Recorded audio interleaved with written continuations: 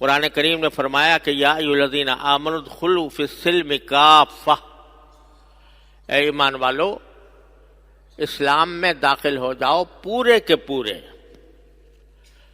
یعنی تم ہر جگہ جہاں بھی تم ہو تو تمہارا رویہ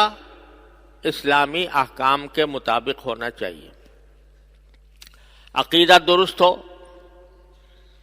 عقیدے میں یہ تو ہم کہہ دیتے ہیں الحمدللہ، سب مسلمان ایمان رکھتے ہیں کہ لا الہ الا اللہ، اللہ تبارک و تعالیٰ کے سوا کوئی معبود نہیں،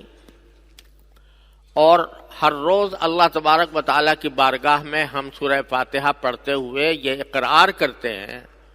کہ ایاک نعبد و ایاک نستعین،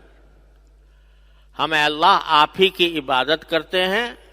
اور آپ ہی سے مدد مانگتے ہیں۔ تو عقیدہ توحید جو ہے وہ سب سے پہلا، سب سے اہم، سب سے ضروری اور سب سے زیادہ مفید عقیدہ ہے۔ اس میں بھی بعض اوقات کوتاہی ہوتی ہے، زبان سے تو لا الہ الا اللہ کہہ دیا، لیکن مدد مانگنے کے لیے اور اپنی حاجات کو طلب کرنے کے لیے بعض اوقات لوگوں کے اندر یہ وبا پھیل چکی ہے کہ جا کے قبروں سے، اولیاء اللہ کی قبروں سے جا کر ان سے مانگتے ہیں کہ اللہ مجھے کہ اے فلانے مجھے اولاد دے دے، مجھے مال دے دے، میری رزق میں اضافہ کر دے۔ حالانکہ اولاد دینا، رزق دینا یہ صرف اللہ جل جلالہ ہی کی خاص صفت ہے، کسی اور کو اس میں شریک ٹھہرانا یہ اللہ بچائے شرک تک انسان کو لے جاتا ہے۔ تو عقائد درست ہوں، عبادات درست ہوں۔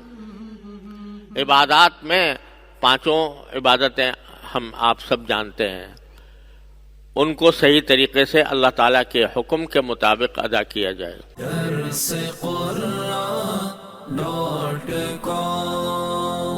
www.darsequran.com